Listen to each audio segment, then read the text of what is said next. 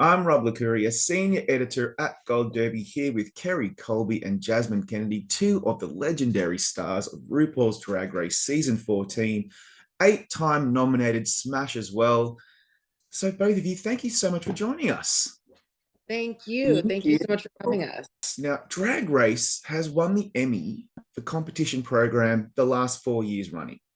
And, the question is now, will it win number 5? I reckon it will. And Mama Ru has won the last 6 years running for reality host. Will she win a 7th? Probably.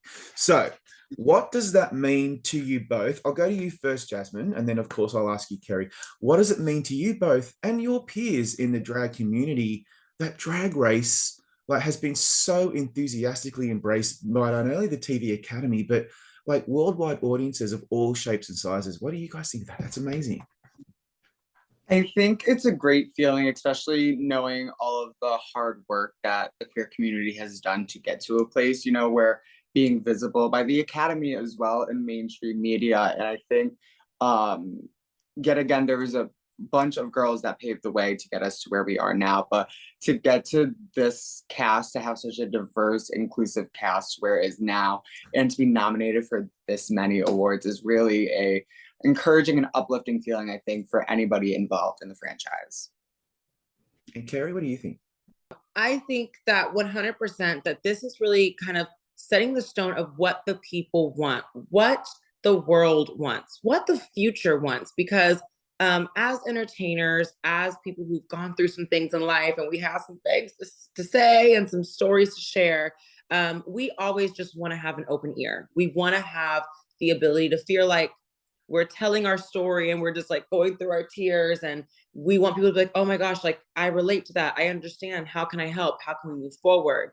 And I think getting that ultra validation here of not only knowing that it's accepted by the Academy, it's the general public loves it, but also now we get not just a big gay fun time, we actually are getting into some of those core heart values and things that are so prevalent in our current climate across the world, but definitely in America. I think that it's amazing to have so much support in such a really volatile time for us. Yeah. It really is.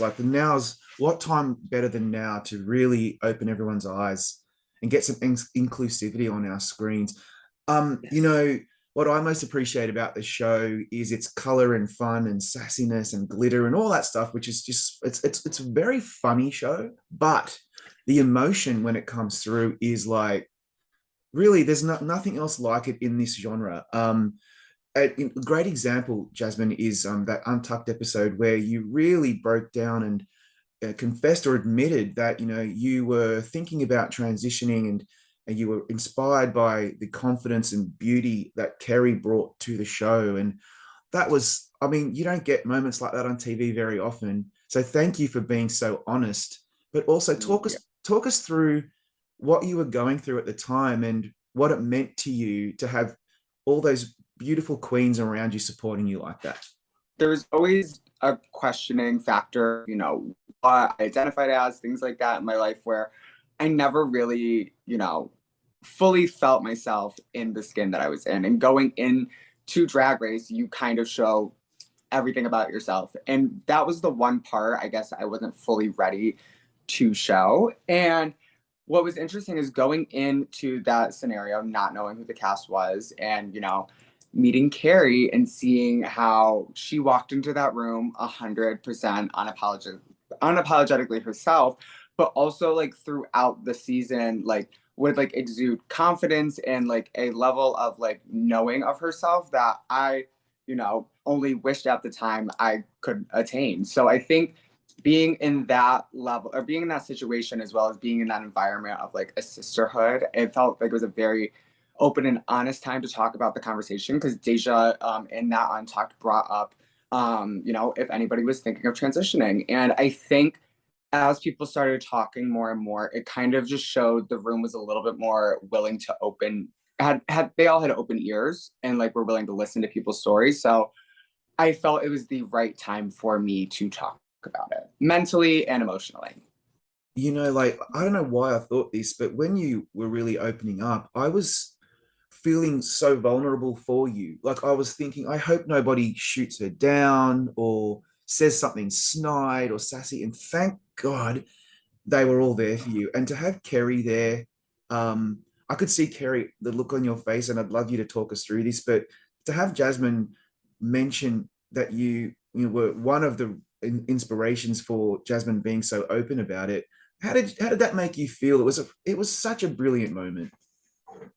It was, and I've talked about this like so many times, that this is one of those things where when they say TV, movie, cinema magic, it's those ingredients that you couldn't possibly dream of concocting. You could say, sit these girls in a room, bring a trans guest host in that everyone loves, and maybe start a conversation. But you really could never actually manifest what happened to happen. And it was such a raw, real, just genuine moment of complete adoration, complete love, complete community. And it really was, and I feel like in a perfect world, that utopian moment where we were so safe, so comfortable. We were in our sisterhood to be able to share. And me personally, I think my biggest goal in going on the show and living how I live and being who I am is, I always have wanted to be that person that I kind of wished I would have met when I was kind of going through a lot of things. My story has not been the easiest, but thank God I'm where I am now. And because I am alive and I am well and I do have a voice, I've always told myself, I want to be that girl.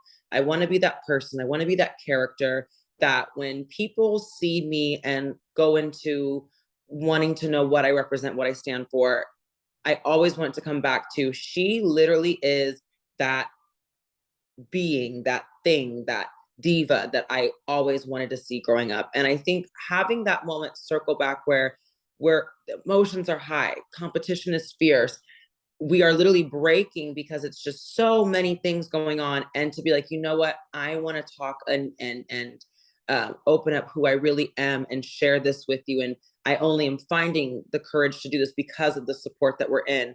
Yeah. For me, I was flabbergasted. I remember I kept like looking at myself like, oh my God, are we really doing this? Is this a trans intervention? Is this what it's like? You know, because for me, it was a very hard time of, I went back, I probably would have transitioned so much younger if I wouldn't have felt so discouraged from it. I was raised very evangelical, all of those things. So I always told myself, no, I can't. It's not for me, not for me, not for me. And it got me to a point where I literally broke in my life. And the pandemic being what it was, brought me back and I was able to find myself. But in order to be able to see that happen, that moment of, this is how I feel and I can't hold it any longer, and I'm able to do that in this space. It was, I shake now, but I was even like shaking when it was happening, because like I said, you can't like fathom a moment like that. It's so beautiful. It's almost like witnessing a birth, but like imagine someone, you not knowing they're pregnant and they just deliver a baby right in front of you. Right there. Like, wow, just bang, like here you go. Enjoy it's just like, oh my gosh, hi, how are you? Oh, here's a baby. You're like, wow. Thank you. So beautiful. That is such an amazing story. I remember when you both came into the workroom in episode 1. It's like the highlight episode for most viewers, because we just love to see what you're going to say and in your talking head.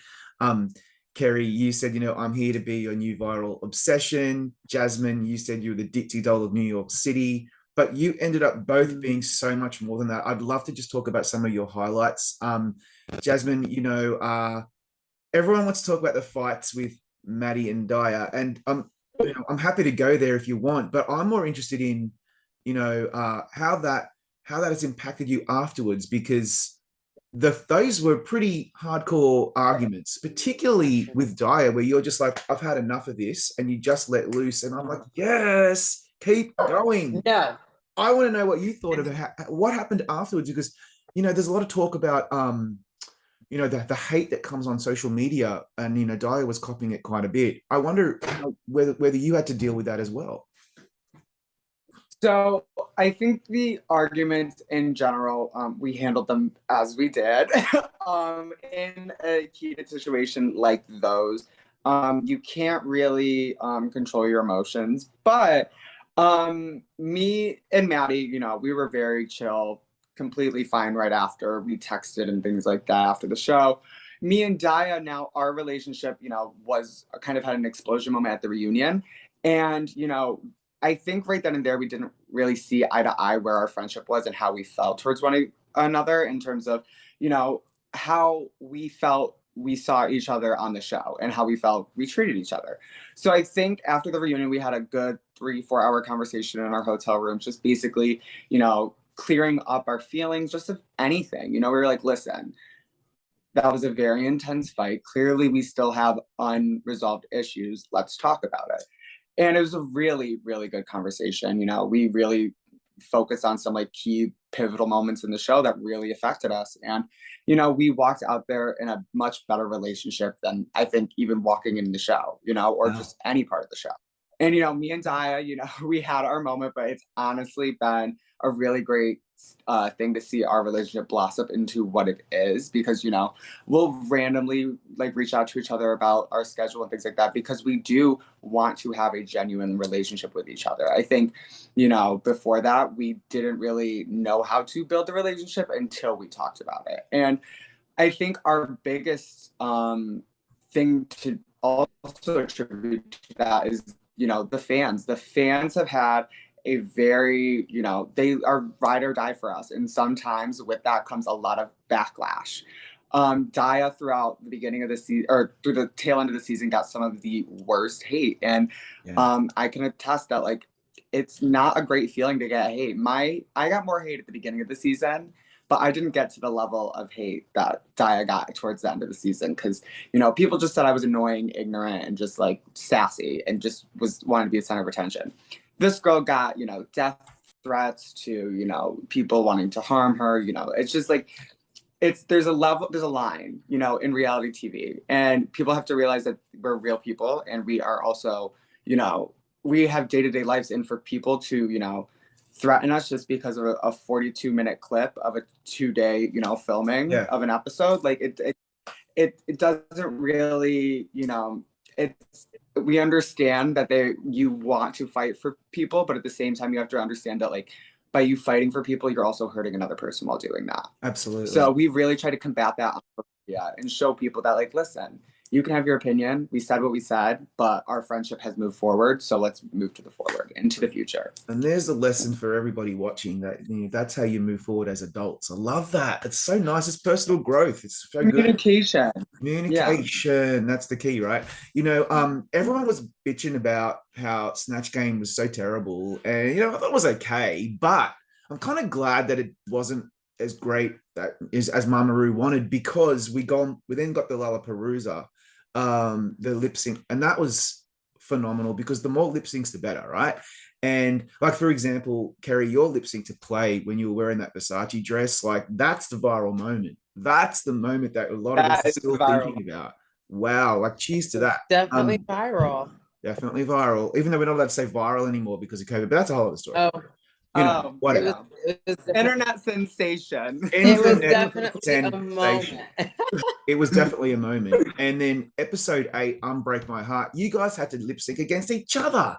And how did you feel about going against each other? And then obviously, one of you have to sashay away. That's tough. Absolutely. In those moments, for me personally, you are literally, I wouldn't say crippled. Well, maybe I felt a little crippled. You really are overcome with, it's many emotions. Your dreams are at stake. Then your connections you've made with people, this recent new life that you've walked into, you have those connections. You never want to see people you care about. And then specifically with me and Jasmine, we just had established this really close bond over our life and our gender and who we are, and had like breakthroughs. So it really was just like in many, many ways devastating. And then, it's so different when you see it versus like when you feel it, because every boom, every light flicker, it's a lot louder in person. So like all I remember was like my heart like beating out of my stomach, feeling like I was pretty much gonna throw up. And then on top of already kind of being nervous about that moment, it's also like to add another stone to it. It's just like, and at the end of this, either I'm going home or my really close connected, friend here is gonna end up going home. So it's never a good feeling, but we make the best out of it. And I think that you kind of get to a moment where when you realize that that's what it's gonna be, because trust me, they let you know, and they drag it out enough to where you can feel the conviction of being in the bottom. So when you realize that that's where you are, and that's just how it is, you kind of just like pull yourself together, and you're like, you know what, I'm going to make the best of this no matter what the outcome is. I think in that moment, I wasn't thinking about who's going home and who's getting sent and who's doing what. It's more like, well, we're here. I can't change the fact that we're here. So since we're here, what can I do, and what can I look back on and hopefully be proud of what happened. Yeah. And Jasmine, we're running out of time, but yeah, I mean, that was an amazing moment. It was a great lip sync. What did you think? Definitely overall, it's just like being in a situation where like you have made a connection with someone so closely, and like you have to, at the end of the day, lip sync for your life. It's not the greatest feeling, especially when, the outcome will be that either, like she said, one of us will go home. But it was even worse. It was like she just helped me find myself. And the fact that I set the person that helped me, find myself, it was a little like, dang, like I was like, now I don't really have like anybody, At this sense, I was like, oh God, I really don't have anyone. Mind you, I have a bunch of friends, but at that moment I was just like, I feel horrible. There was like nothing I could do. It was very just like, why'd I do good? Why'd I do anything in this number? And mind you, I was falling apart in that number. So like literally my outfit, from my shoes to my titties, like it wasn't the greatest lipstick on my part. So like it definitely could have gone any way with it. So it was just a lot of emotions and a lot of things physically happening on your body at the same time. That's just like a lot. Yeah, I agree. I know. Like Jasmine, for me, your best lip sync was Love Don't Cost a Thing, but that's a whole other interview. You know what? We're out of time. It's just such a pleasure to interview you both, ladies. Thank you, and I can't wait to see you both on the next All Stars. Hurry up and get that call and get on to All Stars so we can see you again. Thanks so much for joining us today. Absolutely. Thank you for having me. Thank you so much for having us.